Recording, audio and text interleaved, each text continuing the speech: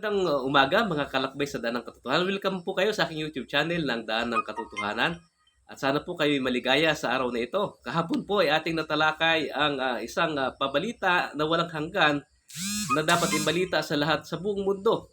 Ang una nga po dito na ating natalakay ay ang pagbibigay luwalhati sa Diyos na yan po ay may kinalaman pala sa ating kinakain, iniinom at ating ginagawa. Nakapagpalso ang ating pagkain, nasisira natin ang ating katawan, ang ating ginagawa, hindi natin naingatan, sa kabisihan natin ay hindi natin namalayan, ay tayo pala'y overpatig na, no? Ay hindi natin namalayan nagkasala tayo sa Panginoon Diyos sapagkat hindi natin naingatan ang ating pangangatawan, At yan naman po ay pangkaraniwan na pagkakamali ng marami dahilan sa kabisihan. Ayun ang nangyayari. Kaya ito pong nasa Biblia ay paalala sa atin.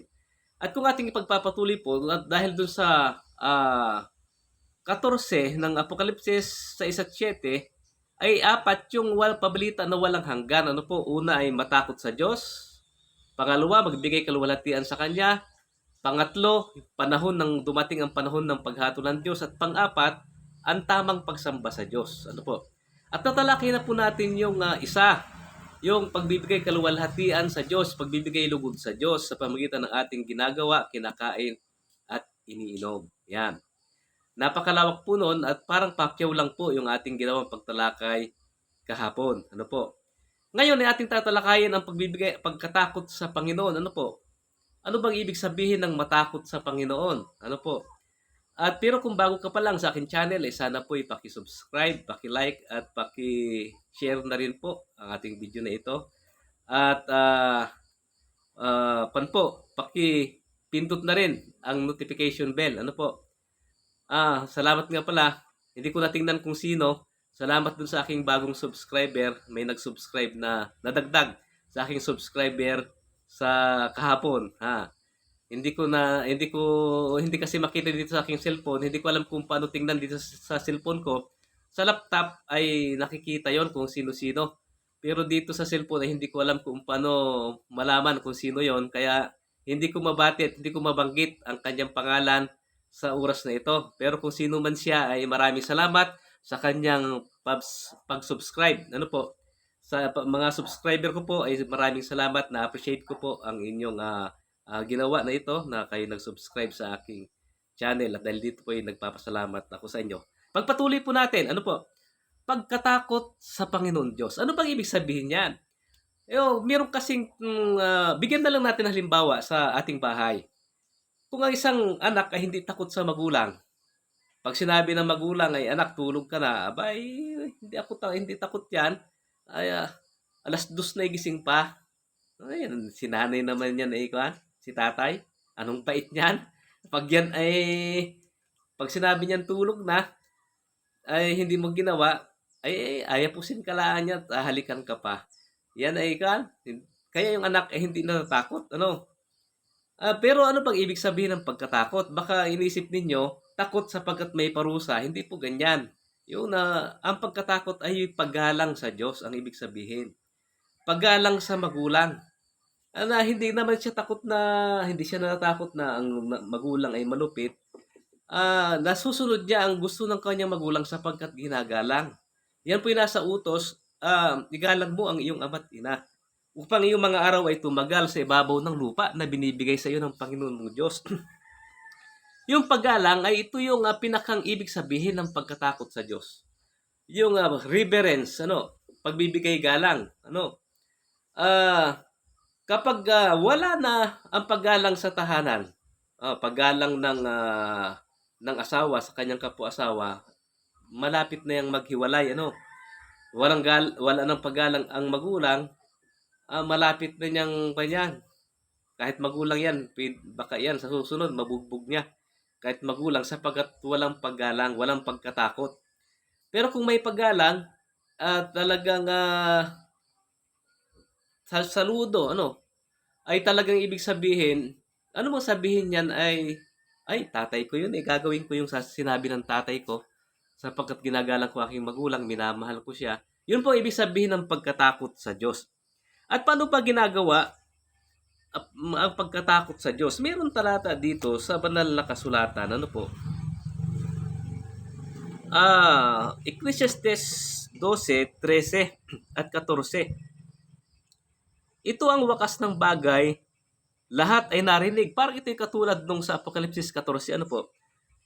Lahat ay narinig, matakot ka sa Diyos at sundin mo ang kanyang mga utos, sapagkat ito ang buong katungkulan ng tao. Sapagkat dadalhin ng Diyos ang bawat gawa sa paghuhukom, pati ng bawat lihim na bagay, maging ito'y mabuti at masama. Yung pagkatakot sa Diyos ay yung pagbibigay nga po ng galang. Ano po? At kapag ginagalang mo ang Panginoon Diyos, pag sinabi niya, anak, gawin mo ito, huwag kang papatay, huwag kang mangulunya, susundin mo. Ngayon. Kaya ang mga elemento ng paggalang, pag ginagalang mo, nandiyan na po yung pagsunod. Ano po? Nandiyan na po yung paglilingkod sa kanya bilang magulang sapagkat ginagalang mo siya, paglilingkuran mo, susundin mo. Ano po? Yan po yung mga elemento ng paggalang sa Diyos.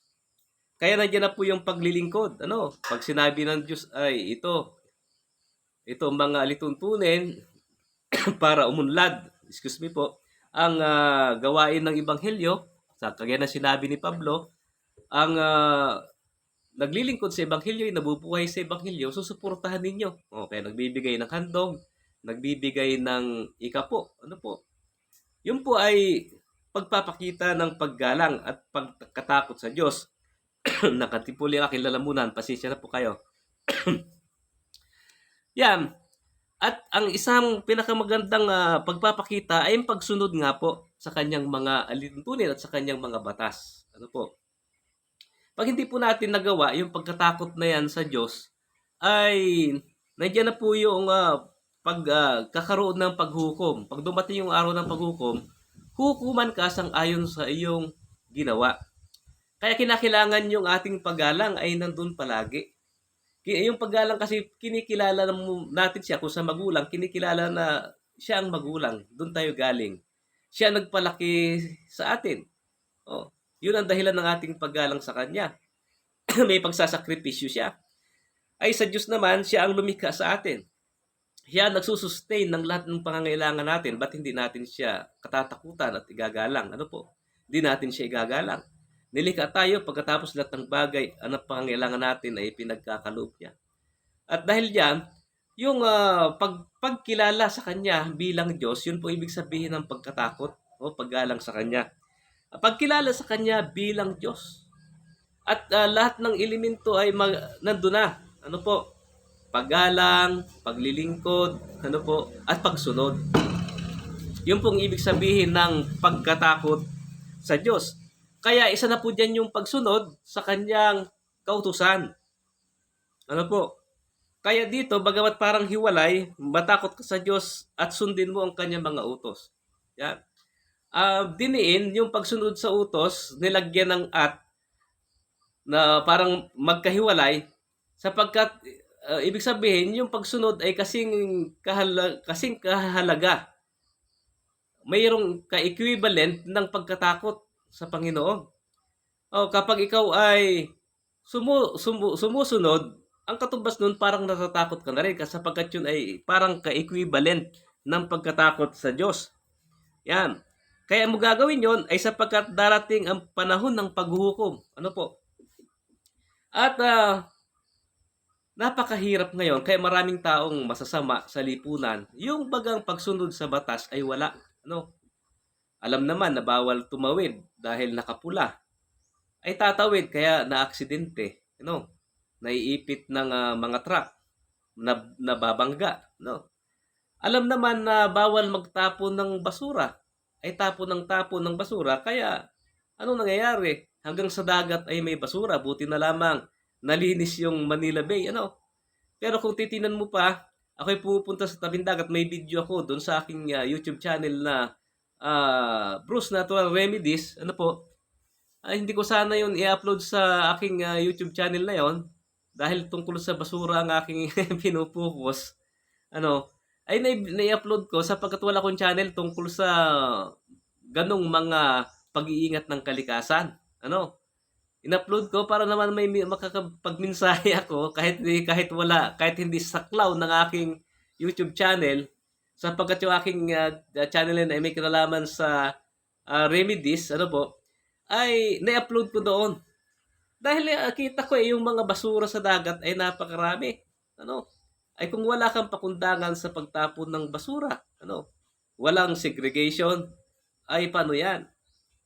Lumalabag ka sa batas ng kalikasan, no? 'Yan ang nangyayari kaya ang Pilipinas ay nakakalungkot na kanyan, isa sa tinitingnan ng ibang bansa na walang disiplina, ano? Isipin mo tapon dito, tapon doon. Ang dami tuni-tuniladang basura sa luneta ang nakukuha. Bakit po? Ay pagkakain na itatambak doon kung saan-saan, mga balat ng candy, mga pinagkainan ng Jollibee, ano po. Dahil tayo walang disiplina, wala tayong pagkatakot sa Diyos, hindi natin pinapahalagahan yung nilikha ng Diyos na sinisira natin ang kalikasan. Kaya itong pagkatakot sa Diyos ay napakalawak po nito, ay hindi natin po matalakay ng isang talakayan ito. Kaya ididiin lang po natin yung pagsunod sa kautusan ng Diyos. Ano po? Na kahit dito sa lupa, pag walang pagsunod sa utos ng ating lipunan, magulo ang ating mundo. O hindi mo ginagalang yung presidente, hindi mo ginagalang ang batas, ano? Kaya ikaw ay lumalabag, ang ibig sabihin. Baliwala sa yung batas, ano? Halimbawa, ang batas ay huwag maglipat ng muhon sa lupa. Ay, hindi ka gumagalang sa batas. Nililipat mo. Kaya pagdating ng panahon, namatay ka, problema nung anak mo, awayan ng dalawang pamilya dahil yung kabilang pamilya na may-ari ng lupa ay magrereklamo bakit na-adjust yung lupa nila. Hindi na mo naman alam, anak ka, binago pala ng tatay mo, ipaglalaban mo dahil yan ang pagitan nandiyan ang muhon hanggang sa magpatayan. Di ba ga? Dahil wala po kasing paggalang sa mga itinatadhana ng batas. Yung gumawa ng batas ay hindi ginalang ang gobyerno, hindi ginalang ang magulang, hindi ginalang ang batas ng Diyos. Kaya ibig sabihin niya, sa ibang termino, hindi natakot sa batas, hindi natakot sa Diyos, hindi natakot sa magulang. Ang ganyan po. Kaya dito, tinatalakay yung pagkatakot sa Diyos. At yan po yung napakalawak. Nandiyan yung paglilingkod, pagsunod, nandiyan yung paggalang, pagrespeto. Ayan. Nandiyan po yan. Mga elemento yan ng pagkatakot. Kaya nga po yung pagsunod sa kautusan ay napakahalaga. Ay paumanhin naman dun sa mga sikta ng pananampalataya. Hindi ko po kayo inaatake. Nakikita ko sa Facebook, kaya sa YouTube, na hindi na daw mahalaga ang kautusan.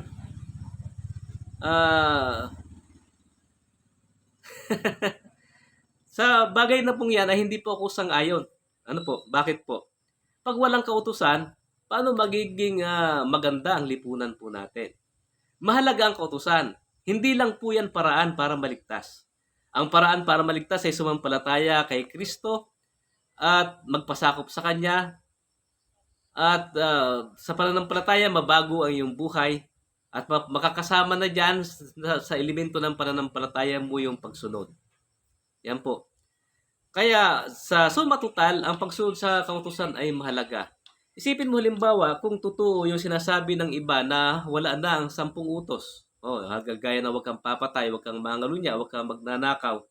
Paano magiging maligaya ang buong Kristiyano? Kita mo itong ating bansang Kristiyano, itong Pilipinas, ang daming huldapan dito sa ating bansa. Bakit? Bakit marami ang huldapan? Tinuturo kasi na hindi mahalaga ang 10 utos. Hindi na kailangan yan. Wala na ang 10 utos. Paano yan? Magnanakaw ako. Bakit? Hindi naman sa batas lang ng tao ako mapaparusahan. Hindi naman ako mapaparusahan ng Diyos. Bakit? Wala naman na yan 10 utos. Kahit ako yung magnakaw, maliligtas pa rin ako. Bakit? Wala naman akong kasalanan sa Diyos. Sa batas lang ng tao, may kasalanan ako sapagkat may batas dito sa Pilipinas, bawal magnakaw.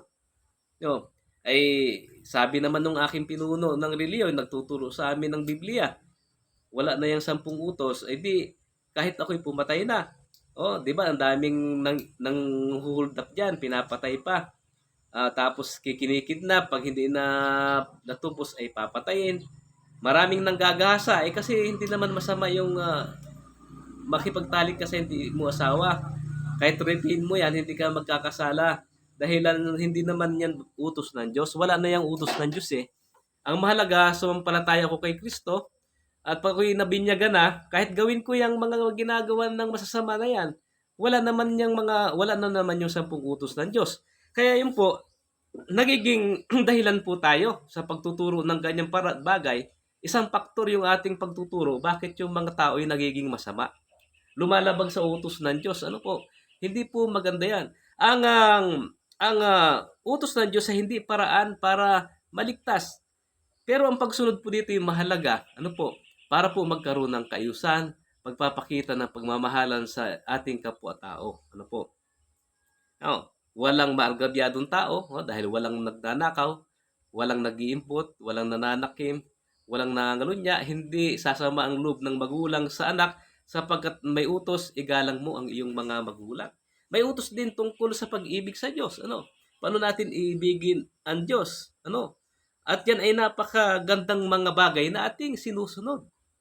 Ay bakit pa tayo magre-reliyon kung wala din naman pala tayong gagawing paglilingkod sa Diyos na kahit pumatay na lang ay ayos lang yan. Hindi naman nagagalit ang Diyos na pumatay ka ng kapwa-tao. Wala namang utos na huwag kang papatay dahil wala na yung 10 utos. Paumanhin po sa mga naririnig kong turo na ganyan. Wala naman akong binabanggit na pangalan. Pero hindi po ako sang-ayon sa ganung mga pananaw. Ano po? Ngayon po, dahil ang ating tinatalakay ay yung paggalang sa Diyos at pagkatakot sa Diyos. Ano po? Napakahalaga po sa pagkatakot sa Diyos yung pong pagsunod. Ano po? Napakahalaga sa paggalang sa Diyos yung pagsunod sa kanyang mga kautusan. Paano mo mapapatunayang ginagalang mo siya kung yung kanyang utos ay nilalabag mo? Ayan. Napakahirap po niyan. Kaya po, ang pabalita ng unang anghel, doon sa Apokalipsis Kapitulo 14, sa 1-7, ang unay matakot sa Diyos. Ano po? Kinakailangan po nating matutunan ang pagsunod sa kanyang banal na kalooban. Ano po? At ang pagsunod sa kanyang banal na kalooban ay upang magkaroon ng kaayusan ang ating lipunan, magkaroon ng magandang kalagayan ang ating lipunan. Walang nagkakaroon ng pagkakaargabyado sa isa't isa sapagkat mayroong utos na naglalagay ng kaayusan. Inilalagay lahat sa tama ang lahat ng bagay. Yun po napakaganda. At yung paglalagay sa tama ng lahat ng bagay, yun po yung pagpapakita ng pagkatakot sa Diyos. Yan. Ilalagay natin ang ating sarili sa lahat ng bagay ay tama. Ano po? Yun po napakaganda na atin pong nakita sa pag-aaral na ito. Hindi po natin matalakay lahat sapagkat napakalawak po talaga ng paksang ito. Pero at least binigyan po natin ng diin itong tungkol sa pagsunod sa kautusan sapagkat ito yung pangunahing problema po ng lipunan ngayon. Kabi-kabila ang patayan, mayroong pagmamasaker, mayroong pagterorismo, dahil yung gumagawa ng terorismo ay wala po sa kanila itong utos na huwag kang papatay. Sa kanila po ay mayroong banal na pagpatay. Yun yung relihiyon ng tinuturo sa kanila. May banal na pagpatay kaya tuwan-tuwa po sila na gumawa ng terorismo. Makapatay ng maraming tao ay okay lang yan, natutuwa sa kanila ang kanilang Diyos. Ano po? Sa Kristiyano, noong unang panahon ay nagkaroon din ng banal na pagpatay. Kung tawagin ay Holy Inquisition, kayo na po mag-research kung anong religion po ang gumawa niya. At dito po sa Pilipinas, meron ding mga religion na meron po silang banal na pagpatay. Natalo ka tinalo mo sa debate, yung kanilang medyo nakapagsalita ka ng masakit sa kanilang kakapwa miyembro, papatayin ka nang hindi alam kung sinong gumawa niyan. Pero yun ay sila. Sapagkat meron po sa kanilang relihiyon na tinatawag na banal na pagpatay. Banal na pagpatay, paglabag po yan sa utos ng Diyos, huwag kang papatay. Buti sana kung ikaw ay nasa gera, mayroon sa Biblia na tinatawag na panahon ng pagpatay. Panahon ng pagpatay dahil gera. nilulusob ang bansa mo, kinakailangan mong ipagtanggol ang bansa mo, ah, 'yun panahon ng pagpatay, ano? Talagang papatayin mo yung, lumulusob sa bansa mo. Kung lumalaban yung terorista, ay walang magagawa yung pulis para mapanatili ang, kapayapaan sa isang lugar at kaayusan. Ay yung terorista ay wala siyang magagawa kahit labag sa kaluban niya, ay babarilin niya. Yun ay tinatawag na panahon ng pagpatay. Yun po ay nasa kamay ng mga tinatawag na tagapagpayapa ng batas. Ano po? Pero kapag ikaw pa mismo yung relihiyon, miyembro ka ng isang relihiyon, ikaw mismo ang mangunguna sa pagpatay, ay napakasama po niyan. Yan. Kaya ang Seventh-day Adventist, kung kami tawagin sa sundalo, kailangan ng gobyerno, nagre-request kami, nandun kami sa non-combatant, ano, hindi kami dun sa nakikipagbarilan. Maaring sundalo kami na magliligtas ng buhay ng kapwa sundalo, na gagamutin yung kapwa sundalo, ano, pwedeng ganyan kami. Pero yung kami yung mismo yung makikipagbarilan, ayaw po namin yan sapagkat ang utos ng Biblia ay huwag kang papatay. No? Bagamat may panahon ng pagpatay sa panahon ng gera, ano po, ay ayaw pa rin namin bilang mga Kristiyano na pumatay ng aming kapwa-tao. Ano po?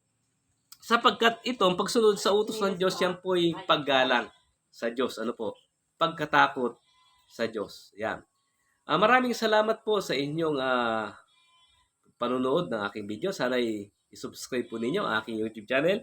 Dalawa na po ang ating natalakay na pabalitang walang hanggan na nabubuo sa isang pabalita na walang hanggan. Unay, magbigay kaluwalhatian yung tinalakay natin. Pangalawa ay pagkatakot sa Panginoon. At sana po ito ay nagkaroon ng makabuluhang bahagi sa ating buhay. Napakahaba na po pala ng aking video, kaya titigil na po tayo. Siguradong napakahirap na po nitong i-upload na mahigit 22 minuto na po. Nagpapaalam po muna ako sa inyo at sana po kayo ay maligaya sa araw na ito.